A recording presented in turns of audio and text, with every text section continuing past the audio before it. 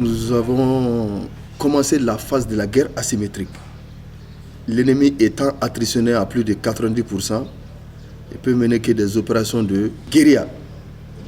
Et déjà, après quelques assauts répétés par-ci par-là, où des djihadistes ont tenté de s'infiltrer à l'intérieur de la ville à partir des checkpoints où ils ont fait exploser des voitures piégées.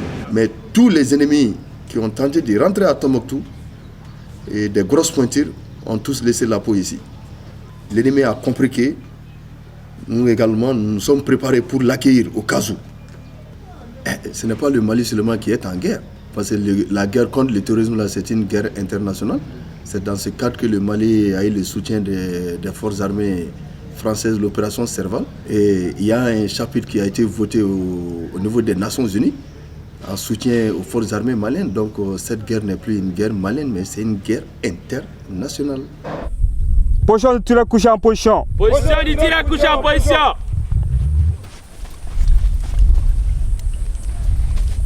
Oh, la position d'attente, on ne touche pas l'arme.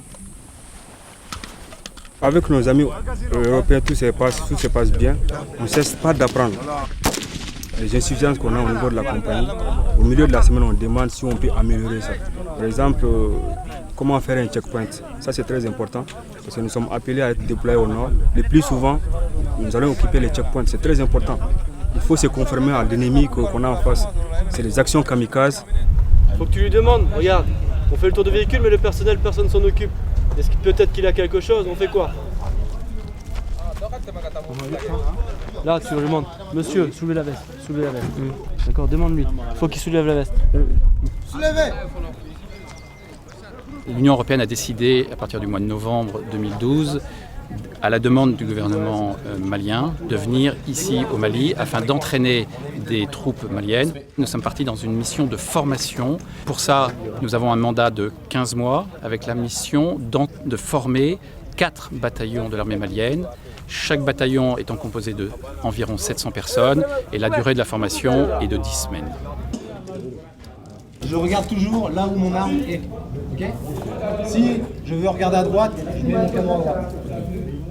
Au-delà de cette formation technique, le plus important, nous semble-t-il, est de réussir à créer un esprit de corps, une cohésion au sein de ce bataillon.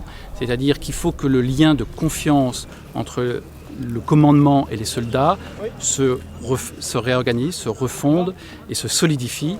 Et donc l'objectif prioritaire pour nous, c'est que les cadres maliens soient reconnus par les soldats et que les soldats maliens reconnaissent la compétence de leurs cadres afin que ce bataillon ne soit pas un bataillon qui se dissout dès la fin de la formation, mais au contraire un bataillon qui reste ensemble pour un certain nombre d'années. Et l'objectif pour nous, c'est qu'il monte vers le nord dès le mois de juillet. Ok, c'est là.